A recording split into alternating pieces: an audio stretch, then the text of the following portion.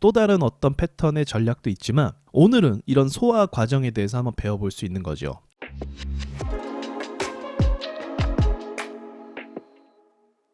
그 왜 경제학자 분들이 많이 배우심에도 불구하고 주식시장에서 좀 어려움을 겪으시냐면 주식시장에서만 적용되는 개념이라는 게 좀 달라요. 자, 예시로 한번 말해보면 자, 차트가 이렇게 있어요. 근데 기본적으로 주식이라는 거는 금방 사고 팔고 할 수 있기 때문에 절차가 굉장히 까다롭지 않고 내가 그냥 지금 마음만 먹으면 돈을 넣을 수도 있고 또 팔 수도 있기 때문에 변동성이라는 게 굉장히 강합니다. 그래서 급등도 잘 나오지만 문제는 뭐냐면 급락도 굉장히 잘 나와요. 그럼 기본적으로 이 급락을 하게 되면은 우리는 그런 생각을 하잖아요. 처음 주식을 하면 급락을 했다. 아, 그럼 회사에 안 좋은 일이 생겼구나. 이 회사가 앞으로 매출 전망이 좋지 않겠구나. 그렇게 생각을 하겠지만 그렇지 않다는 거죠. 그렇게 생각하는 게 맞아요. 근데 맞는데 시장은 그런 식으로 움직이지 않는다는 거죠. 급락하는 건 왜 급락합니까? 두 가지의 이유가 있어요. 개미 털기 하기 위해서나 또는 차익 실현 매물이 나오게 되는 거죠. 상장 폐지를 당할 만큼 안 좋은 회사가 아닌 이상은 급락이 나올 수 있고 나중에 다시 급등이 돼서 주가를 회복하는 경우도 꽤 많이 있다는 거죠. 그래서 우리는 어떤 관점으로 주식을 바라보는 게 중요하냐면 매물대의 원리로 주식을 바라보는 게 중요합니다. 매물대라는 건 뭐냐면 얼마만큼 여기에 사람이 많이 물려있냐를 보는 거예요. 많이 물려있으면 어떻게 될까요? 많이 물려있으면 팔고자 하는 사람이 줄 서 있겠죠. 그렇다면 다시 주가가 오르려고 하면 이 팔고자 하는 사람들을 견뎌내면서 올라가야겠죠. 그런데 그게 쉽습니까? 굉장히 어렵죠. 조금만 올라가려고 하면 여기서 어떻게 해요? 팔아버리고 조금만 올라가려고 하면 팔아버리니까 갈 수가 없게 되고 다시 심리상 꺾여서 이 주식을 사고 싶지가 않은 거예요. 갈만하면 내리고 갈만하면 내리니까 사람들 입장에서는 신규 유입도 들어가기 힘들 뿐더러 여기 있는 사람들은 시간만 지나면 답답하니까 계속 팔고 싶어 하는 거죠. 자, 오늘 오르고 있는 주식 중에 하나인데 이렌시스도 보시면요. 여기서 급락이 너무 잘 나와요. 그렇죠. 이렇게 막 흔들고 급락이 나오면 어떻게 되겠어요? 사람들이 정신을 못 차리고 물려버린단 말이에요.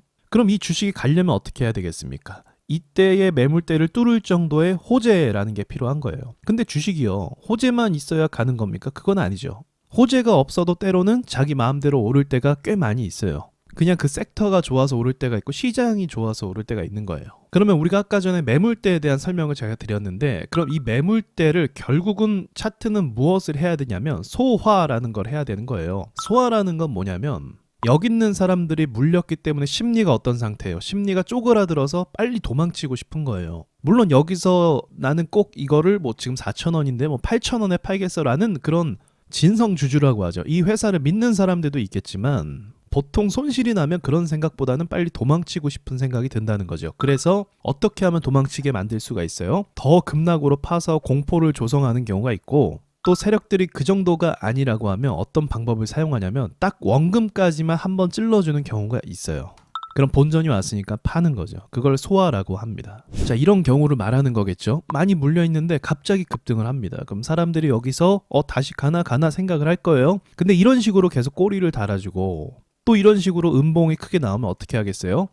또다시 그 물렸던 기억이 나오면서 야, 이제는 탈출을 하자라고 판단을 하게 되는 거죠. 그래서 국내 주식시장에서 개인 투자자들이 평균적으로 종목을 보유하는 기간이 3개월이라고 해요. 딱 3개월 만에 이 주식을 던질 수밖에 없는 거죠. 근데 세력 입장에서는 어쨌든 여기 있는 매물들을 끌고 가기보다는 물량을 뺏어와서 소화시킨 다음에 다시 가는 게 더 낫거든요. 왜냐면 이 소화 물량이 없이 한참 올리고 나면 여기서 이 친구들이 뒤늦게 이제 차익 실현으로 바뀌는 거예요. 물량을 그렇게 던져서 차트가 와르르 무너질 수도 있거든요. 그리고 보시면 이렌시스 종목 자체가 돈이 계속 붙는 타입이 아니에요. 이건 유통 물량과 호가의 연관성이 있거든요. 그래서 이런 주식은 모멘텀을 주기가 쉽지가 않죠. 자, 그리고 나서 여기를 다시 한번 돌파하는 거죠. 그럼 이게 제가 말한 그 쌍고 개념이 되는 거기도 하고 차트를 만들어가는 과정이 되기도 하는 거예요. 그럼 제가 이렇게 말씀드리면 이제 힌트가 많이 생기는 거죠. 그러면 여러분은 어떤 주식을 선택하고 어떤 주식을 투자하는 게 좋을까요? 매물대를 소화하고 그 다음에 눌렸다가 다시 오르는 주식, 이게 이제 쌍고 돌파가 될 수도 있지만 이렇게 과정이 만들어지는 주식이 매수하기가 유리하다라는 걸 제가 말씀드리는 거예요.